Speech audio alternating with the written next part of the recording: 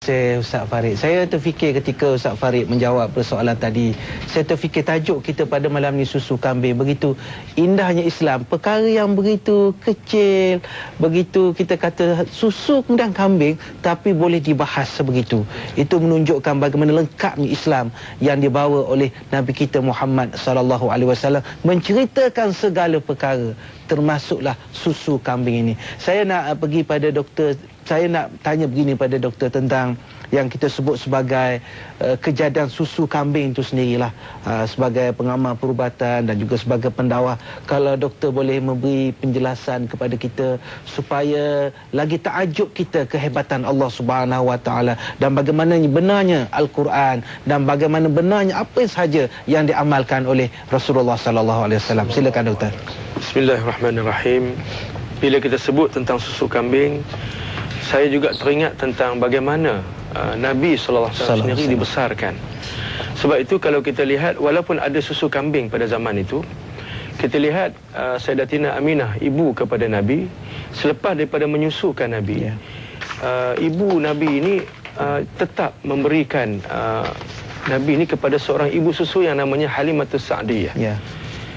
Walaupun kita tahu dia adalah sebahagian daripada amalan Arab ketika itu, iaitu dengan memberikan anak mereka kepada orang lain untuk disusukan. Jadi kita lihat di situ, rupanya ada hikmah yang besar. Sebenarnya susu ni dia memberikan peranan. Yang pertama, memberikan kekuatan tubuh badan kepada anak-anak. Yang kedua, meningkatkan daya IQ. Kerana umur anak-anak menyusu ni, ketika itu otak sedang berkembang. Ketika itulah dia perlukan kepada protein dan juga badan dia perlukan kepada antibodi yang banyak. Maka apabila dibuat kajian, rupa-rupanya pengamalan mengambil ibu susu yang diamalkan oleh Nabi SAW sendiri, yang diamalkan oleh keluarga Nabi ketika itu, menjadikan otak Nabi ini berkembang menjadi otak seorang anak yang baik dan menjadi otak manusia yang jenis. Kenapa? Kerana bila kita lihat pencampuran dua jenis susu ni akan menghasilkan genetik bagi otak yang terhasil itu pada tahap IQ yang tinggi, kerana ada pencampuran protein dan juga antibodi yang banyak daripada ibu yang kedua. Sebab itu dalam satu kajian yang dibuat daripada pakar-pakar pemakanan, mendapati bahawa seorang anak yang mendapat susu daripada seorang ibu, dia mengandungi 40 jenis antibodi untuk 40 jenis penyakit. 40 jenis. Jadi kalau dua orang ibu yang menyusu, maka dia dapat 80 perlindungan daripada 80 jenis penyakit. Saya berpengalaman sendiri apabila adik saya dia dapat anak, kemudian isteri dia menyusukan anaknya. Selepas beberapa lama dia berikan susu kepada ibu susu Arab. Ketika itu dia belajar di Jordan.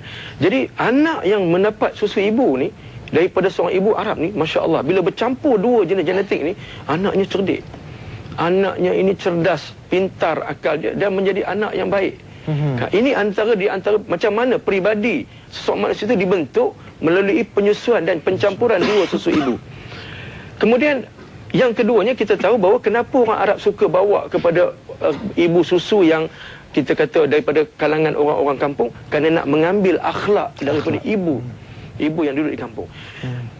Bila kita lihat komposisi susu kambing dengan susu ibu, rupa-rupanya susu kambing dengan susu ibu ni hampir-hampir sama. Hampir-hampir sama. Lemaknya 3.1% sama dengan susu ibu. Proteinnya lebih kurang 3.7% sama dengan susu ibu. Manakala airnya, kandungan airnya 86.7% lebih kurang sama dengan susu ibu. Sebab itulah di zaman Nabi, susu kambing ni dijadikan sebagai alternatif kepada susu ibu ketika mana ibu tak dapat menyusukan anak. Sehingga terbentuklah akal dan juga IQ anak tadi dalam bentuk yang hampir sama dia mendapat susu ibu yang kedua. Sebab itulah susu kambing ini sangat-sangat digalakkan di kalangan orang Arab kerana hikmahnya cukup besar. Sebab itulah kalau kita lihat susu ibu campur ibu susu, kita kata, maka dia melahirkan anak yang superb. Yang maksudnya yang hebat, yang cerdik, yang pandai, yang cerdas, yang IQ-nya tinggi. Dan kalau tak ada susu ibu dan juga ibu susu yang kedua, bolehlah dibuat sebagai alternatif susu ibu campur susu kambing. Tapi sekarang kita pun dah tak buat dah benda-benda tu, kerana kita telah meninggalkan sunnah Nabi SAW.